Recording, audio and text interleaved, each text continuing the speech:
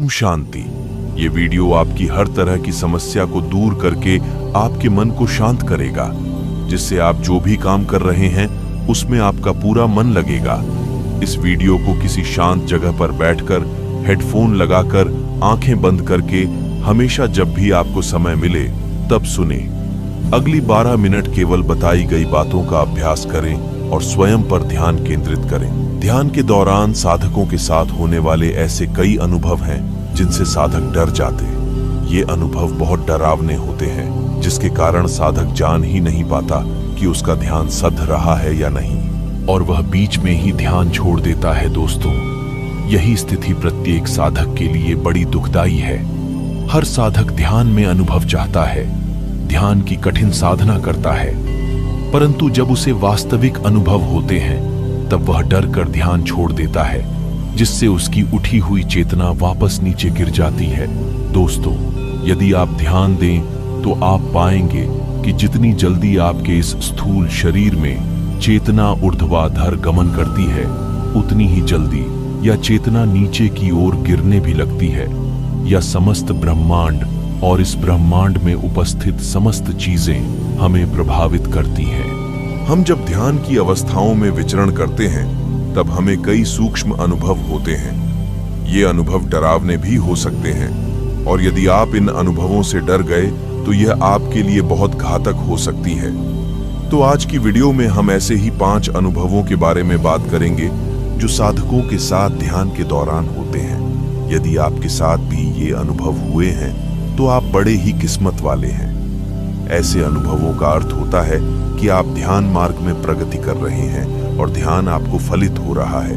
तो आइए इन अनुभवों के बारे में जानते हैं। ध्यान के दौरान होने वाला पहला अनुभव कि आपके मस्तिष्क यानी थर्ड आई, तीसरी आंख पर वाइब्रेशन होती है, कुछ हलचल होती है।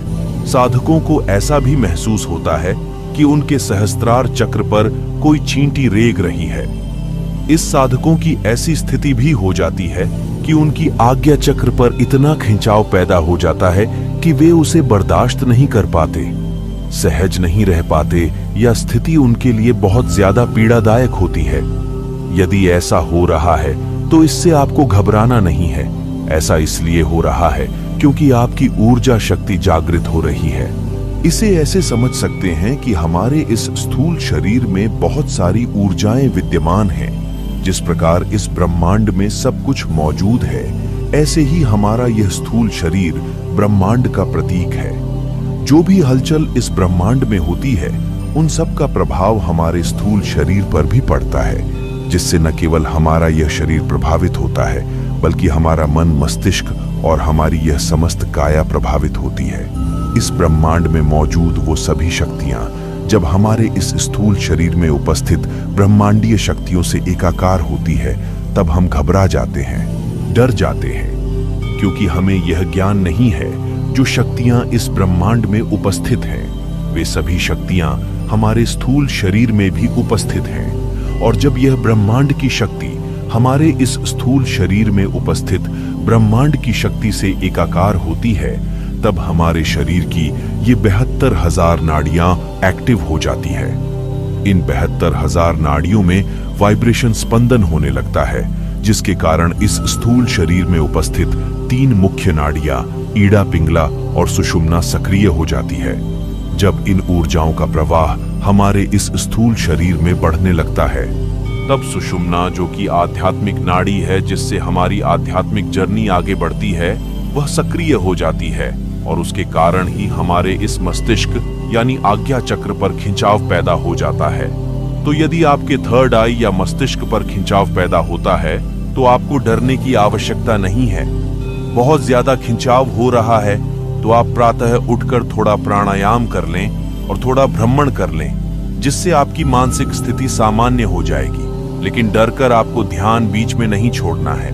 साधकों को होने वाला दूसरा अनुभव कि उन्हें ध्यान की अवस्था में बैठकर नाक सुनाई देता है, या घंटे की ध्वनि भी हो सकती है, शंख की ध्वनि भी हो सकती है, और कुछ लोगों को बांसुरी की ध्वनि भी सुनाई देती है, कुछ को डमरू की ध्वनि सुनाई देती है। ये डिपेंड करता है कि आपके आराध्य क्या है।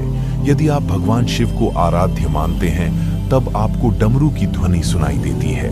कुछ लोग श्री कृष्ण को आराध्य मानते हैं, इसलिए उनके मन में यह स्थिति पैदा होती है कि उनको बांसुरी की आवाज सुनाई देती है। अब ऐसा क्यों होता है? ऐसा होने का कारण है कि जब व्यक्ति साधना की उच्च अवस्था में पहुंचने लगता है, यानी ध्यान की गहराइयों में गोते लगाने लगता है, तब उसके कान की सुनने की क्षमता विस्तृत हो जाती है, बढ़ जाती है। उसके कान में खिंचाव पैदा हो जाता है, जिससे वह अदृश्य ध्वनियों को भी बड़ी आसानी से सुन सकता है। यदि आप ध्यान से सुनेंगे तो आपके इस स्थूल शरीर में अनगिनत ध्वनियां विद्यमान हैं। जिस प्रकार ब्रह्मांड में नौद की ध्वनि विचरण करती है, ऐसा साइंटिफिकली प्रूफ भी हो चुका है। नासा ने भी इस बात को प्रूफ किया है कि ब्रह्मांड की ध्वनि कुछ ओम की ध्वनि जैसी है। ऐसी ही ध्वनियां हमारे इस स्थूल शरीर में भी विचरण करती है और ये ध्वनियां अदृश्य होती हैं। हम लोग मोह माया के कारण इन ध्वनियों को नहीं सुन पाते, क्योंकि कभी हम खाली बैठते ही नहीं, हम माया कमाने में व्यस्त हो जाते हैं, जिसके कारण हम अपने शरीर की ध्वनि को नहीं सुन पाते। और जब हम ध्यान की अवस्थाओं में बैठते हैं, ध्यान सधता है, तब इस प्रकार की दुनिया हमें सुनाई देने लगती है।